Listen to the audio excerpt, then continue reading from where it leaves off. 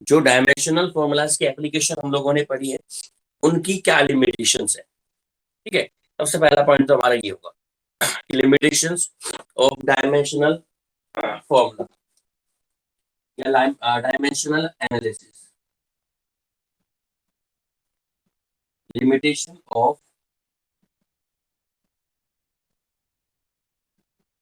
Dimensional analysis. ठीक है, इसकी लिमिटेशन पढ़ने के बाद हम लोग स्टार्ट करेंगे बेटा सिग्निफिकेंट फिगर। ठीक है, किसके बारे में बात करेंगे? सिग्निफिकेंट फिगर के बारे में।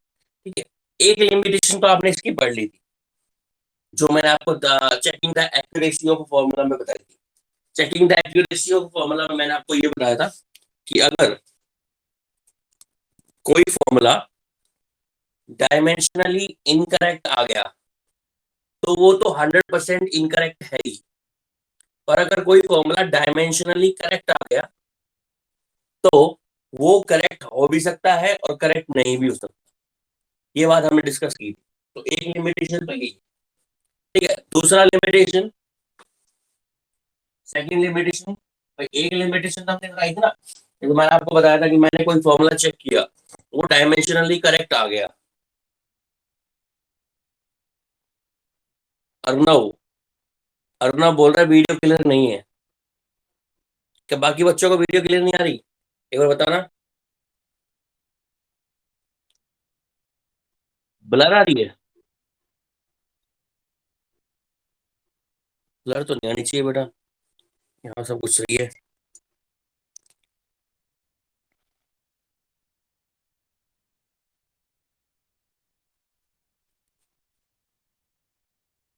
आदित्य, जानवी, खुशी, आर्यन, बताना बेटा एक बार।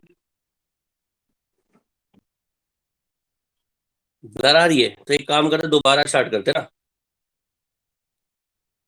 एक बार दोबारा लाइव आता हूँ, रुको। पूछेगा आपसे और ये क्वेश्चन आपको मिलेगा भी। और लिमिटेशंस क्या, डायमेंशन फॉर्मूला की ये लिमिटेशन है नंबर 1 कि अगर हम किसी फॉर्मूला को डायमेंशनली करेक्ट करते हैं, पहली लिमिटेशन, तो वो करेक्ट हो भी सकता है और नहीं भी।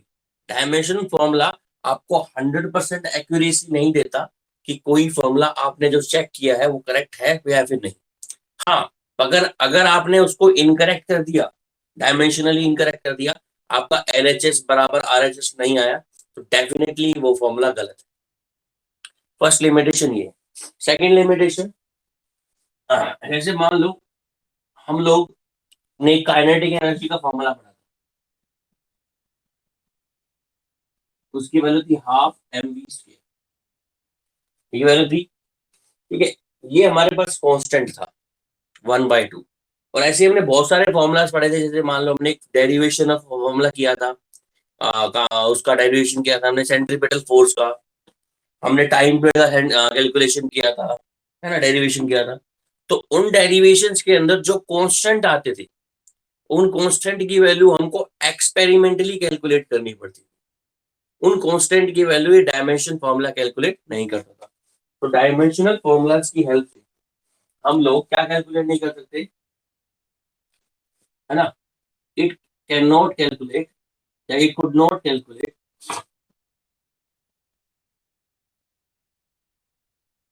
The value of a constant. किसी कांस्टेंट की वैल्यू को कैलकुलेट नहीं करता है। कौन कैलकुलेट नहीं करता बेटा? डायमेंशनल फॉर्मूला कैलकुलेट नहीं करता। ये बात समझ में आई? ठीक है, दूसरी लिमिटेशन कंप्लीट। तीसरी लिमिटेशन क्या है? देखो, अभी तक आपने जो डायमेंशन फॉर्मूला कैलकुलेट किया है, या फिर मान लो derivation of a formula calculate किया है, हम सेंट्रीपिटल फोर्स की बात करते हैं, आपने वो कैलकुलेट किया हुआ है, या फिर टाइम पीरियड की बात कर सकते हैं, वो भी आपने कैलकुलेट किया। सेंट्रीपिटल फोर्स मास पे डिपेंड कर रहा था, वेलोसिटी पे डिपेंड कर रहा था, और डिपेंड कर रहा था एक्सेलरेशन, सॉरी, मास, वेलोसिटी और रेडियस पर। तीन क्वांटिटी पे डिपेंड कर रहा था। अगर ये क्वांटिटी 4 हो जाए, कोई ऐसा फॉर्मूला जो 3 से ज्यादा 4 क्वांटिटीज पर डिपेंड करता है, उन फॉर्मूले का डेरिवेशन पॉसिबल नहीं है, किस एनालिसिस में, डायमेंशनल एनालिसिस, ठीक है। कौन सा पॉसिबल नहीं है? It is impossible to calculate the dimensional formula of a quantity, of a physical quantity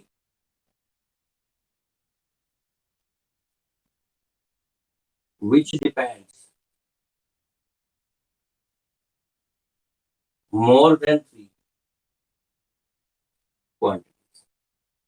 ऐसी फिजिकल क्वांटिटी जो तीन से ज्यादा फिजिकल क्वांटिटीज पर डिपेंड करती हो, ठीक है, उन फिजिकल क्वांटिटीज का डायमेंशन फॉर्मूला आप कैलकुलेट नहीं कर सकते। उस वाले केस में हम करते क्या है, उस वाले केस में हम चौथी जो क्वांटिटी हमारे पास आती है उस क्वांटिटी को किसी भी एक के साथ इंक्लूड कर लेते हैं। जैसे चौथी क्वांटिटी मान लो हमारे पास लेंथ आ गई, तो हम लेते हैं मास पर यूनिट लेंथ, ऐसा ले लेते हैं, या फिर टाइम पर यूनिट लेंथ, ऐसा कुछ ले लेते हैं, ठीक है। मतलब तीन ही क्वांटिटी हमारे पास होंगी, तो ही हम किसी फॉर्मूले का क्या फिर किसी भी क्वांटिटी का डेरिवेशन कर सकते हैं, किसी भी क्वांटिटी का एक वो ड्राइव कर सकते हैं फॉर्मूला, ठीक है। तो ये तीन लिमिटेशन थी, जो इंपॉर्टेंट लिमिटेशन थी वो मैंने आपको बता दी। इन लिमिटेशन को याद रखना। पहली लिमिटेशन, भाई किसी फॉर्मूले को आप लोगों ने ड्राइव कर दिया, डायमेंशनली ड्राइव कर दिया, तो वो करेक्ट हो भी सकता है और नहीं भी। दूसरी लिमिटेशन कि अगर हमने किसी फॉर्मूले में जो कांस्टेंट आ रहा है उस कांस्टेंट की वैल्यू डायमेंशन फॉर्मूले से हम कैलकुलेट नहीं कर सकते। तीसरी कि अगर कोई क्वांटिटी तीन क्वांटिटी पर डिपेंड करती है, मतलब तीन से ज्यादा क्वांटिटी पर डिपेंड करती है, तो उस क्वांटिटी का हम डेरिवेशन नहीं कर सकते, किसकी हेल्प से? डायमेंशनल और फॉर्मूलाज की हेल्प से, ठीक है। तो ये बात हमारे पास लिमिटेशन होगी of the limitation of what, limitation of dimensional formula. अब हम बात करते हैं बेटा किसकी, सिग्निफिकेंट फिगर।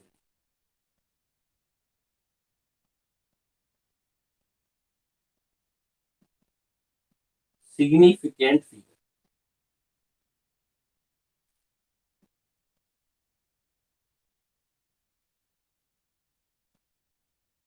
ठीक है। देखो मैं आपको ना थोड़ा सा रिवर्स ऑर्डर में समझाऊंगा सिग्निफिकेंट फिगर। रिवर्स ऑर्डर में समझाने का रीजन क्या है? उसका रीजन ये कि अगर आप रिवर्स ऑर्डर में समझोगे तो बहुत ही आसान तरीके से और बहुत ही मीनिंगफुल तरीके से आप समझ पाओगे सिग्निफिकेंट फिगर। क्यों रिवर्स ऑर्डर में समझा रहा हूँ बता देता हूँ। रिवर्स ऑर्डर का मतलब ये है, पहले मैं आपको सिंपली सिग्निफिकेंट फिगर का नॉलेज दूंगा, ये होता क्या है, सिंपल, बहुत ही सिंपल, ज्यादा डिटेल में नहीं जाएंगे। फिर उसके बाद हम लोग सिग्निफिकेंट फिगर को कैलकुलेट करने के रूल्स पढ़ेंगे, ठीक है। और रूल्स को पढ़ने के बाद हम लोग एक्चुअल में समझेंगे कि कौन सी सिग्निफिकेंट फिगर होती है और कौन सी नहीं, किन नंबर्स को सिग्निफिकेंट फिगर बोला गया है और किन नंबर्स को सिग्निफिकेंट फिगर नहीं बोला गया, ये हम चीज एक्चुअल में समझेंगे, ठीक है बेटा। तो स्टार्ट करते हैं। सबसे पहले मैं बात करता हूँ, मान लो आपने कोई मेजरमेंट किया, आपके पास एक वायर है, एक रोड है, उस रोड की लेंथ है, सपोज करो आपके पास बेटा एक रोड है,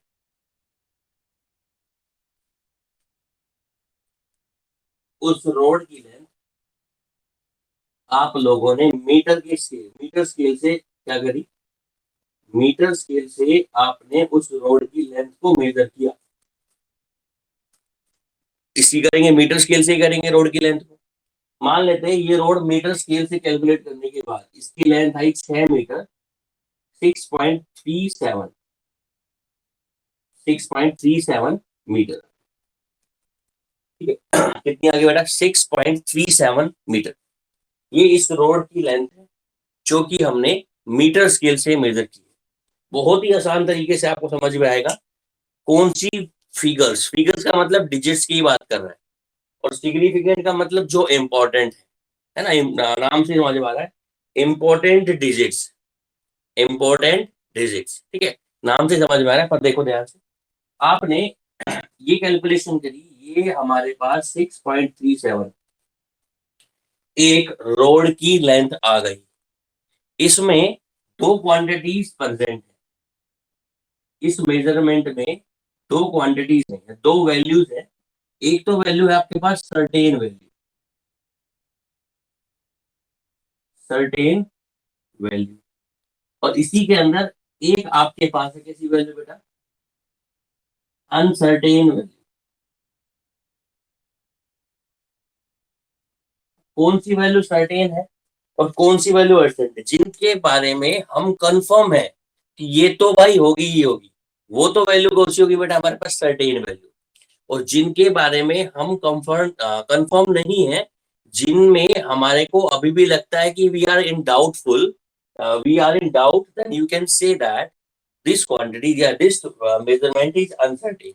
अब देखो, आपने रोड की लेंथ को मेजर किया मीटर के स्केल से, तो 6 तो वहां पर लिखा ही होगा, 6 से थोड़ा सा आगे गए आप, तो 6 जो है वो आपके पास कैसी क्वांटिटी, 6 आपके पास कैसी वैल्यू बेटा, सर्टेन वैल्यू, क्योंकि 6 आपका फिक्स है, इसमें आपको कोई डाउट नहीं होना चाहिए। 3 भी जो है वो भी आपका फिक्स होगा, 6.3 जो पहुंचेंगे हम, 37 सेंटीमीटर की बात कर रहे हैं, है ना, 3 और पर पहुंचेंगे वो भी हमारे पास कैसा है, फिक्स वैल्यू। पर जो ये 7 है, 7 लास्ट वाला, है ना, क्या पता वो एग्जैक्ट लास्ट 7 पर रुकी हो, लास्ट 7 वाली जो डिजिट उस पर रुकी हो, या 7 से स्लाइटली थोड़ा सा आगे हो, या 7 से स्लाइटली थोड़ा सा पीछे हो। तो जो 7 वाली डिजिट है लास्ट वाली, ये वाली डिजिट हमारे पास क्या होती है, अनसर्टेन वैल्यू। ये बात समझ में आई? तो याद रखना, कोई भी मेजरमेंट होगा उसमें कुछ सर्टेन वैल्यूज होगी और कुछ हमारे पास कैसी होगी बेटा, अनसर्टेन वैल्यूज होगी। इन्हीं सर्टेन वैल्यूज में से, सॉरी, इन्हीं अनसर्टेन वैल्यू में से कुछ वैल्यूज या कुछ डिजिट्स ऐसे होते हैं जो कैलकुलेशन के टाइम इंपॉर्टेंट नहीं होते, जिनका कोई इंपॉर्टेंस नहीं होता। अगर उनको हम ध्यान में रखें तो भी ठीक, और अगर उनको हम ध्यान में ना रखें तो भी ठीक। ऐसे फिगर्स को, ठीक है, जिन, मतलब देखो, हमने एक मेजरमेंट, दोबारा से स्टार्ट करते हैं, आपको समझ में आ रहा होगा मेरी बात, दोबारा स्टार्ट करते हैं। हमने किसी भी चीज को मेजरमेंट किया, लेंथ को मेजर किया, मास को मेजर किया, टेम्परेचर को, इलेक्ट्रिक करंट को, किसी का भी मेजरमेंट हम लोगों ने किया। मेजरमेंट करने के बाद हम लोगों ने नोटिस किया कि इसके अंदर ये तो वैल्यू सर्टेन है और ये वैल्यू अनसर्टेन है, ठीक है। अब सर्टेन वैल्यू तो हमारे लिए इंपॉर्टेंट है ही, अनसर्टेन वैल्यूज के अंदर कुछ डिजिट्स ऐसी होती है जो हमारे लिए इंपॉर्टेंट नहीं होती, और कुछ डिजिट्स ऐसी होती है जो हमारे लिए इंपॉर्टेंट होती है। जो डिजिट्स हमारे कैलकुलेशन के लिए, हमारे लिए तो देखो सारी इंपॉर्टेंट है, पर कैलकुलेशन पार्ट में कुछ इंपॉर्टेंट होती है, कुछ नहीं। जो डिजिट्स कैलकुलेशन पार्ट में इंपॉर्टेंट होती हैं, कैलकुलेशन पार्ट में क्या होती है, इंपॉर्टेंट होती है, उन्हें तो बोलते हैं सिग्निफिकेंट फिगर। और जो कैलकुलेशन पार्ट में इंपॉर्टेंट नहीं होती, उन्हें बोलते हैं नॉन सिग्निफिकेंट फिगर। आपको फिर कंफर्म करा रहा हूं, ये जो डेफिनेशन है ये एग्जैक्ट 100% एक्यूरेट नहीं है, इसका एग्जैक्ट मीनिंग आपको इनके रूल्स पढ़ने के बाद बताऊंगा। यहां तक बात क्लियर है? ठीक है, तो हम बता रहे हैं, तो सिग्निफिकेंट फिगर, देखो आपको पता है कोई भी सिग्निफिकेंट फिगर पढ़ाएगा ना बेटा, तो सीधी सीधी बात बोलेगा कि भाई मेजरमेंट में जो डिजिट्स इंपॉर्टेंट होती हैं वो सिग्निफिकेंट होती हैं, और जो डिजिट इंपॉर्टेंट नहीं होती वो सिग्निफिकेंट फिगर नहीं होती। ये बात आपको बोली जाएगी, ठीक है। पर इसके अंदर भी एक बहुत बड़ी डिटेल है, और वो डिटेल हम लोग, आपने पहले सिग्निफिकेंट फिगर पढ़ा हुआ ना बेटा, उसमें क्या पढ़ा था आपने सिग्निफिकेंट फिगर? हाँ, मैंने ये बोला कि कुछ फिगर्स जो इंपॉर्टेंट होती है कैलकुलेशन में वो सिग्निफिकेंट फिगर होती है, और जो कैलकुलेशन में नहीं होती वो क्या होती है, नॉन सिग्निफिकेंट फिगर। यही होता है ना। पर यार, एक माइंड मेरा तो ये कहता है कि हम जब किसी चीज को मेजर कर रहे हैं तो मेरे लिए तो सारी डिजिट इंपॉर्टेंट होगी, है ना। आपने किसी चीज को मेजर किया, आपके लिए तो सारी डिजिट इंपॉर्टेंट होनी चाहिए। कोई ऐसी डिजिट थोड़ी हो सकती है जो इंपॉर्टेंट ना हो, मेरे को लगता नहीं ऐसी कोई डिजिट हो। पर फिर भी कुछ केसेस ऐसे होते हैं जहां पर हमारे को कोई फर्क नहीं पड़ता इस डिजिट में क्या है आगे या पीछे इसके क्या है, उन डिजिट्स को हम नॉन सिग्निफिकेंट फिगर बोल देते हैं। इसका मैं आपको इनके रूल्स पढ़ाने के बाद एग्जांपल दूंगा। उस एग्जाम्पल से आपको क्लियर होगा, क्योंकि रूल्स पता होगा तो एग्जाम्पल भी आपको समझ में आएगा। ठीक है, तो सबसे पहले बात करते हैं सिग्निफिकेंट फिगर के रूल्स की। ठीक है, rules for a significant figure. मैं एक एक रूल आपको बता रहा हूँ और एक एक रूल से आप समझते चलना। ठीक है, कुछ रूल्स आपने पढ़े भी होंगे केमिस्ट्री में, आपको सर ने पढ़ाए होंगे, अदरवाइज नहीं पढ़ाए तो मैं करा ही रहा हूँ आपको। देखो, जितने भी रूल्स कंप्लीट होते हैं हमारे पास जितना टाइम हो उतने हम टाइम करेंगे, रूल्स के साथ साथ हमको आपकी एग्जाम्पल भी सीख जाएंगे। सबसे पहला रूल क्या है? सबसे पहला रूल ये है कि जितनी भी नॉन जीरो डिजिट्स है, नॉन जीरो का मतलब जो जीरो नहीं है, 1 2 3 4 5 6 7 8 9, जितनी भी नॉन जीरो डिजिट्स है सारी की सारी कैसी होती है बेटा? Significant figure. All non zero digits are significant figure. Non zero का मतलब बेटा जो जीरो नहीं है। ठीक है, आप कोई कैलकुलेशन कर रहे हो उसमें जितनी भी नॉन जीरो डिजिट्स आ जाए ना, तो समझ लेना कि वो सिग्निफिकेंट फिगर है। ठीक है, क्या होगा? All, first rule, all non zero digits are significant figure. इसका मतलब ये नहीं है कि जीरो सिग्निफिकेंट फिगर है ही नहीं, जीरो के बारे में बाद में बात करेंगे, पर फिलहाल पहले मैंने बताया कि जितनी भी जीरो से अपार्ट डिजिट्स हैं वो सब कैसी हैं? All non zero digits are significant figure. Non zero कौन सी होंगी बेटा? 1 2 3 4 5 6 7 और 8, ये सारी हमारी कैसी सिग्निफिकेंट फिगर है बेटा? Non zero significant figure. For example, हमारे पास एक कैलकुलेशन है, उस कैलकुलेशन में हम लिख रहे हैं 13.73, ये लिख दिया। तो 1373, इसमें 4 डिजिट्स है और चारों की चारों कैसी है? नॉन जीरो है। तो इसमें कितने सिग्निफिकेंट फिगर होंगे बेटा? 4 सिग्निफिकेंट, 4 सिग्निफिकेंट। तो रूल नंबर फर्स्ट समझ में आया आपको? अब बात करते हैं रूल नंबर सेकंड की। रूल नंबर फर्स्ट इजी है, सेकंड भी इजी है, थर्ड फोर्थ में थोड़ा सा आपको ब्रेन यूज करना है, बाकी वो भी यूज इजी है, बाकी फिफ्थ सिक्स तो और भी आसान है। ठीक है, 5 6 रूल है इसके, वो हम बात कर रहे हैं। नंबर वन, तो ये हो गया नंबर टू रूल। देखो, अब बात करते हैं जीरो की। नॉन जीरो तो हो गया, अब बात करेंगे किसकी बेटा? जीरो की। जितनी भी जीरो आती है नॉन जीरो के बीच में, इधर नॉन जीरो है, इधर नॉन जीरो है, इनके बीच में जीरो आ रही है, जितनी भी जीरोज हैं between the two non zero digits, सारी सिग्निफिकेंट फिगर होती है ना, सारी significant figure. Rule number second, all zero between two non zero digit are significant figure.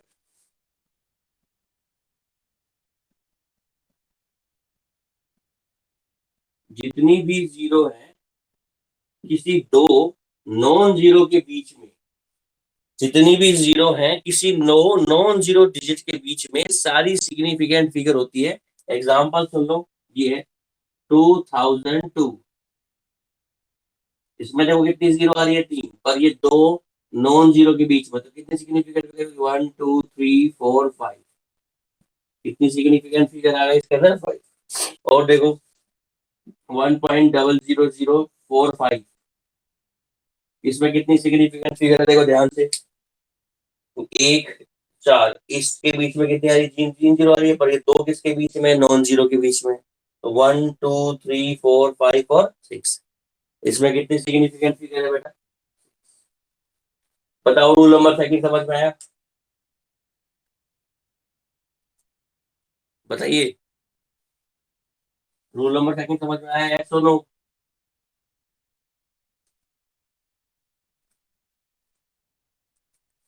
अरे कुछ तो बोलो बेटा। हाँ, एक बच्चा तो बोल ही दिया करो जब मैं कुछ पूछता हूँ तो। वेट मत करा करो किसी का ना कि कोई और बोलेगा तो हम यस बोलेंगे। ठीक है, अब रूल नंबर 3, रूल नंबर 3 के अंदर हम बात करेंगे जीरो की। किसकी बात करेंगे बेटा? जीरोस की बात करेंगे। रूल नंबर 3 क्या बोलता है?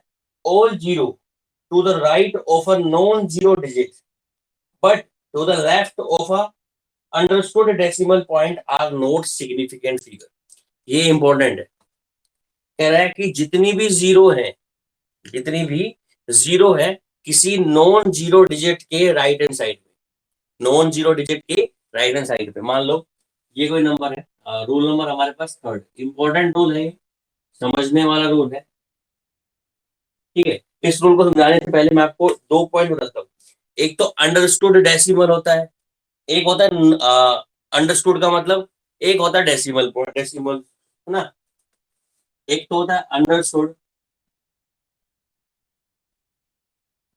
डेसिमल, और एक हमारे पास डेसिमल होता है। जो डेसिमल हमको दिख जाए वो तो डेसिमल है ही, और जो डेसिमल नहीं है, जो हमारे को पता है हाँ इस पॉइंट के बाद डेसिमल ही है, तो उसको बोलते हैं अंडरस्टूड डेसिमल। जैसे मान लो आपने लिखा 456, इसके बाद डेसिमल है 0.00। बात समझ आ रहे हो? अगर आप ऐसे लिख दो 456 और ऐसे लिख दो आप 456, इन दोनों में कुछ डिफरेंस नहीं है फिलहाल, फिलहाल नहीं, आगे जाके हो जाएगा।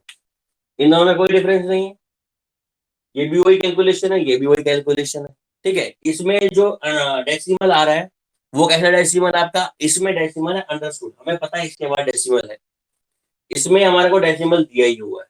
तो हम बात कर रहे हैं किसकी? हम उस केस की बात कर रहे हैं जिसमें कैसा डेसिमल है? अंडरस्टूड डेसिमल है, अंडरस्टूड डेसिमल। बात समझ भाई? किसकी बात कर रहे हैं बेटा? अंडरस्टूड डेसिमल की बात कर रहे हैं। हमारे पास जितनी भी जीरो है, रूल नंबर थर्ड पढ़ रहे हैं हम, हमारे पास जितनी भी जीरो है बेटा, वो सभी जीरो जो किसी नॉन जीरो डिजिट के राइट में है, किसी नॉन जीरो डिजिट के राइट में है, और अंडरस्टूड डेसिमल के लेफ्ट में है, अंडरस्टूड डेसिमल के लेफ्ट में। दोबारा सुनो, सभी जीरोस जो नॉन जीरो के राइट में है और अंडरस्टूड डेसिमल के लेफ्ट में है, वो सिग्निफिकेंट फिगर नहीं होती। ठीक है, तो रूल नंबर थर्ड सुनो दोबारा, इसको एग्जांपल से बता देंगे। दोबारा सुनो, पहले पहले एग्जांपल से बता देंगे, फिर लिखने में मजा आएगा आपको भी, समझने में, लिखने में मजा आएगा, लिखने में मजा आएगा, समझते हुए लिखोगे फिर आप। मैं बता रहा हूँ, जितनी भी जीरोस है नॉन जीरो के राइट में और अंडरस्टूड डेसिमल के लेफ्ट में, वो सिग्निफिकेंट फिगर नहीं होती। मान लो आपने ये लिखा है 4000, 4000, ठीक है। अब 4000 में देखो, 4 के राइट में कितनी जीरो है? 3। और यहाँ पर कैसा कैसा डेसिमल है? अंडरस्टूड है, तो इसके लेफ्ट में जितनी भी जीरो है वो कैसी है? Non significant figure. तो इस कैलकुलेशन में कितनी सिग्निफिकेंट फिगर है बेटा? सॉरी, कितनी सिग्निफिकेंट फिगर है? 1। ठीक है, ये तीनों जीरो कैसी जीरो नहीं है? ये तीनों जीरो क्या नहीं है बेटा? सिग्निफिकेंट फिगर नहीं है। इन जीरोस को बोलते हैं trailing zeros. All trailing zeros are not a significant figure. Pradeep की बुक पढ़ोगे ना, तो उसमें ट्रेलिंग लिखा हुआ है ना। और एस एल अरोड़ा वगैरह पढ़ोगे तो उसमें आपको ऐसे मिलेगा। और आप अगर एच सी वर्मा वगैरह फॉलो कर रहे हो तो उसमें कुछ अलग तरीके से बता रखा है। चलो, तो हम बात कर रहे हैं रूल नंबर थर्ड की, और रूल नंबर थर्ड हमें क्या सिखाता है? रूल नंबर थर्ड हमें ये सिखाता है कि all zeros right to non zero digit but left to understood decimal point, left to understood decimal point are not a significant, वो सब सिग्निफिकेंट फिगर नहीं होते। ठीक है, या फिर इनको बोल सकते हैं ट्रेलिंग जीरोस। क्या बोलते हैं बेटा? Trailing zeros are not significant figure. ठीक है बेटा, तो टाइम हो गया हमारा, 5-10 मिनट बाद मेरी दूसरी क्लास है, तो अभी के लिए इतना ही काफी है। आपको किसी को कुछ डाउट है तो आप पूछ सकते हो, अदरवाइज आपकी क्लास ओवर है। ठीक है, इसकी 3 रूल्स और बचे हैं, तो 3 रूल्स हम कल पढ़ाएंगे आपको। 3 रूल के साथ साथ फिर उसके बाद हम स्टार्ट करेंगे इसके अंदर एरर, जो कि आपका लास्ट आर्टिकल होगा इस फर्स्ट यूनिट का। मैंने आपको सभी आर्टिकल पढ़ा दिए होंगे इसके अंदर। ठीक है बेटा, जा सकते हो आप, अगर डाउट नहीं है, और डाउट है तो रुक सकते हो।